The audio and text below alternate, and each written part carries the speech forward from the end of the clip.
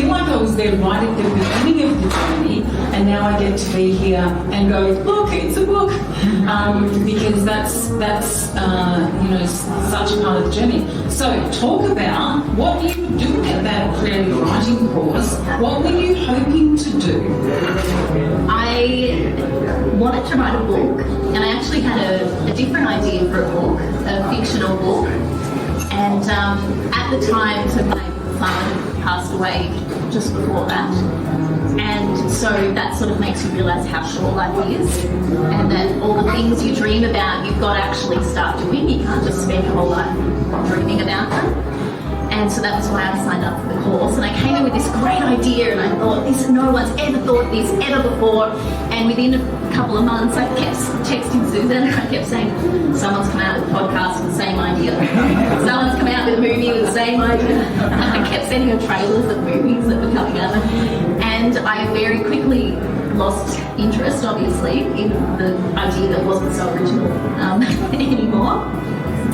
And one day I was talking to you about research I was doing on Mona Hayes, and I was very excited, and I was researching Mona just for no particular reason. I had found her through work, and I'd done what I do with work. I pitched the story, got it up, and, done, move on to the next thing. But I was so fascinated that I continued researching her in my own time.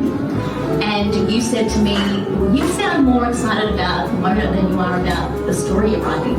Why aren't you writing about this? And I went,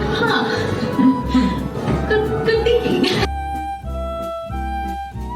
One of the walls that you bump into when you start doing this is literally you don't have all the information.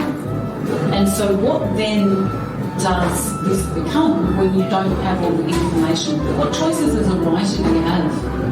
Well, the first choice that I had to make was turning it into a fiction. And part of the reason I made that choice was because there were so many gaps in the knowledge. So Mona was someone who, she was a criminal, and she would just change her name and change her story, and she'd tell the police different things. And so when you do have public records, sometimes they conflict the information. She's told one cop one thing and one cop another thing, and they were both written down as fact.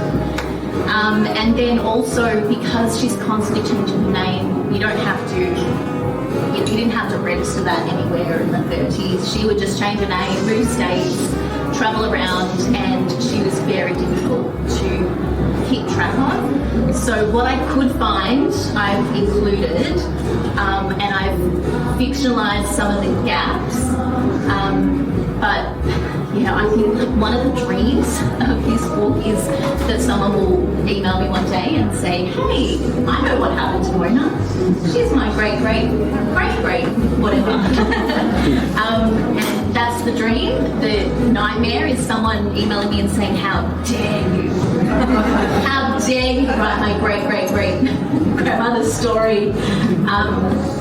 But hopefully when you read it and when everyone reads it, they can see the love that I have for this woman. And she existed in a very difficult time for women. And she was getting by in a way that she knew how. And who knows, maybe if she had lived in a different time and place, who knows what she could have been capable of. Because the police, in their reports of her, they sure were complimentary in comparison to the way they describe many of the men.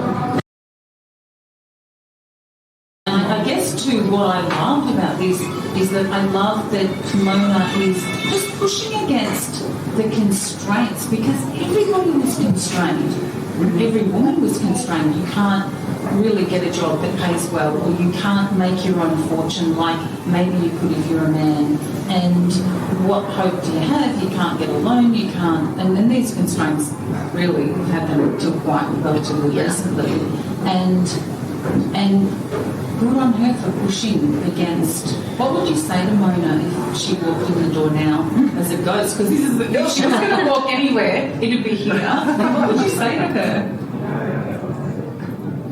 What happened to you after 1940? So I couldn't figure out what happened to. I actually recently found something from 1943.